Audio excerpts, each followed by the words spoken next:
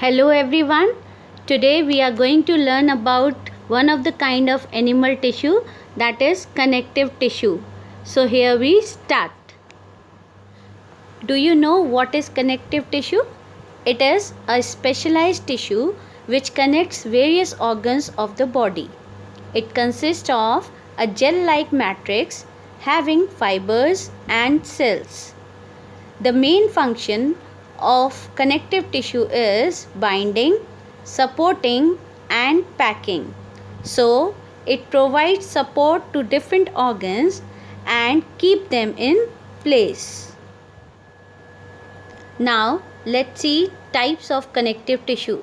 So, connective tissue can be divided into three main groups: connective tissue proper, skeletal or supportive connective tissue, and fluid or vascular tissue. Connective tissue proper includes areolar tissue, fibrous tissue and adipose tissue. Within fibrous tissues, we do have white fibrous tissue, that is tendon, yellow elastic tissue, that is ligaments, and one more special kind of tissue, that is reticular tissues. Skeletal tissue includes bone and cartilage tissues, and fluid connective tissue includes blood and lymph. So, we are going to discuss all these types of connective tissue in detail. Let's have a look of connective tissue proper first, in which we will take up areolar tissue first. So, what is areolar tissue? It is the loose connective tissue which is most widely distributed connective tissue in the body.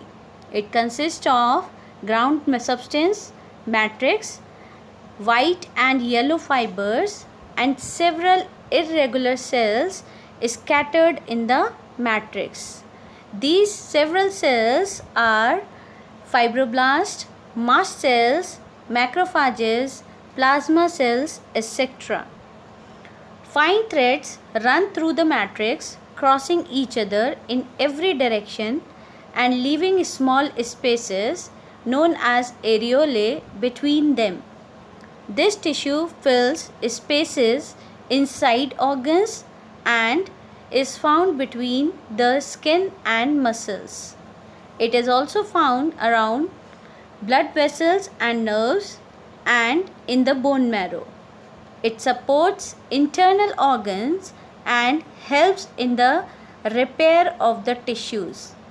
It is also helpful in combating foreign toxins. Now we will take up fibrous connective tissue, in which we are having orderly and densely packed fibers and cells.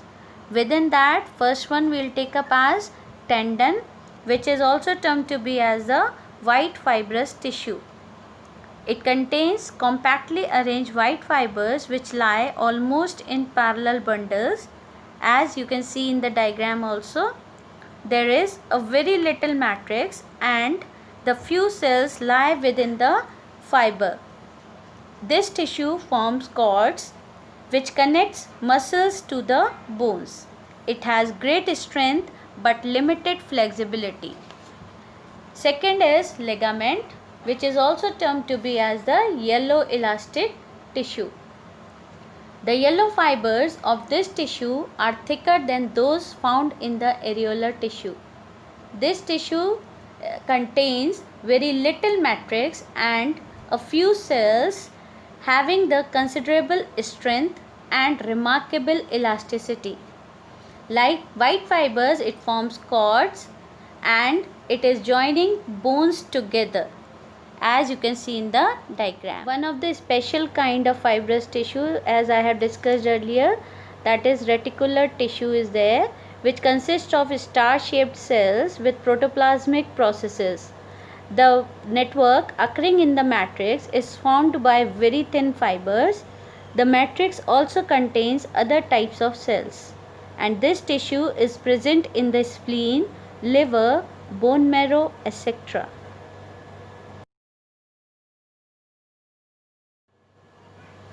Next type of connective tissue proper is adipose tissue, which consists of oval and round cells filled with fat globules. These cells are scattered in the matrix, and this type of tissue is found below the skin, between internal organs, and in the yellow bone marrow. It stores fat and acts as an insulator. Too much of this tissue makes a person fatty.